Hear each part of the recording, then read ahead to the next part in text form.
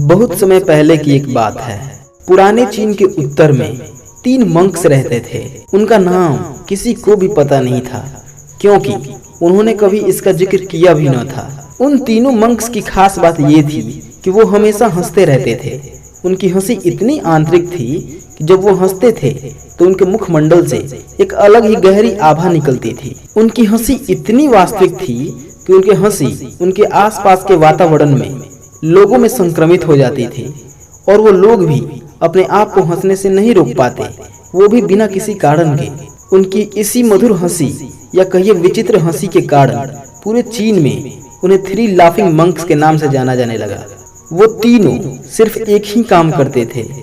वो किसी एक गांव में प्रवेश करते या बाजार में या किसी चौराहे पर खड़े हो जाते और अपने पूरे अस्तित्व के साथ हंसना शुरू कर देते। वो इतनी एकाग्रता, तल्लीनता व संपूर्णता के साथ हंसते थे कि उनकी हंसी देखकर सारा गांव हंसने लग जाता था। उनके हंसी में मानो बहुत ही गहरा संदेश छुपा होता था। उनकी इसी संक्रमित हंसी के कारण पूरा गांव हंसी के समंदर में डूब जाता। वे ना तो कुछ बोलते थे, ना ही कुछ उपदेश देते और ना ही कोई शिक्षा।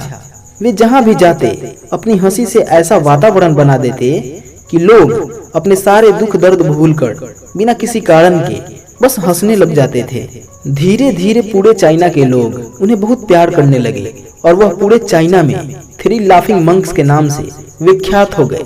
वे बस हंसते थे जैसे कि उन्हें प्रकृति के जोक को समझ लिया हो, ईश्वरीय मजाक को समझ लिया हो। जब भी कोई उनसे उनका नाम पूछता तो वे बस हंसते थे बिना कोई शब्द बोले। उन्होंने पूरे चाइना में इतनी हंसी फैलाई जितना कि इससे पहले किसी ने न फैलाई हो। एक रात जब वे एक गांव में ठहरे हुए थे, तभी उनमें से एक मंक की मृत्यु हो जाती है। सुबह में जब गांव वालों को ये बात पता लगती है तो पूरा गांव स्तब्ध हो गया। गांव वाले ये उम्मीद कर रहे थे कि एक की मृत्यु के बाद दोनों अवश्य रो रहे होंगे। यह देखने योग्य होगा, क्योंकि इससे पहले कभी किसी ने उनको रोते हुए नहीं देखा था। जब सभी वहां पहुंचे तो सभी उस नजारे को देखकर दंग रह गए। उन लोगों ने देखा कि मंक के शव के पास खड़े दोनों भिक्षु रोने के बजाय और जोर जोर से हंस रहे थे। गांव के कुछ बड़े बुजुर्ग ने उन्हें कहा कि आपको अपने साथी के मरने पर शोक मनाना चाहिए, ना कि हंसना चाहिए। उस दिन पहली बार उन भिक्षुओं ने लोगों से बात की और कहा कि कुछ दिनों पहले हम लोगों ने ये सोचा था कि जो पहले मरेगा वो जीत जाएगा। आज इसने पहले मरकर हमें हरा दिया।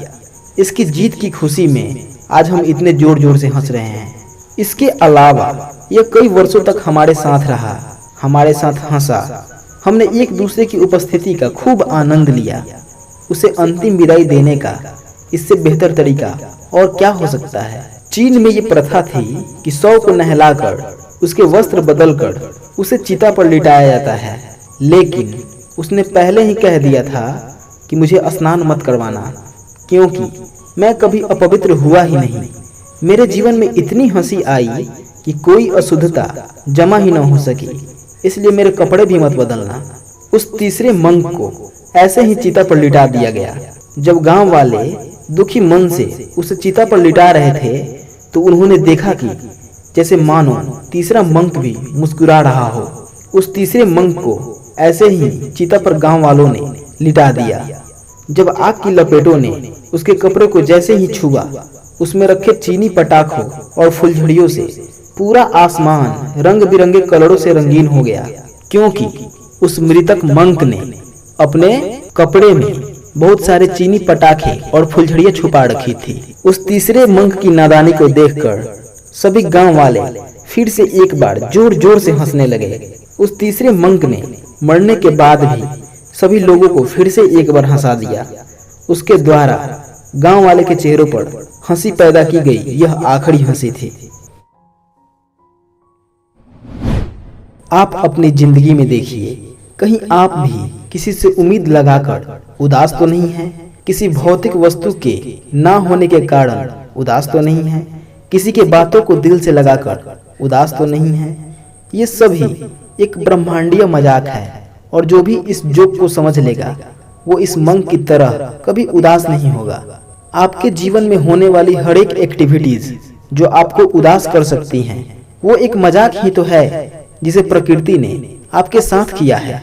जब आपके जीवन में समस्याएं आए तो उस समस्या को देखिए और उस पर हंसिए, क्योंकि वो प्रकृति द्वारा किया गया एक मजाक मात्र है।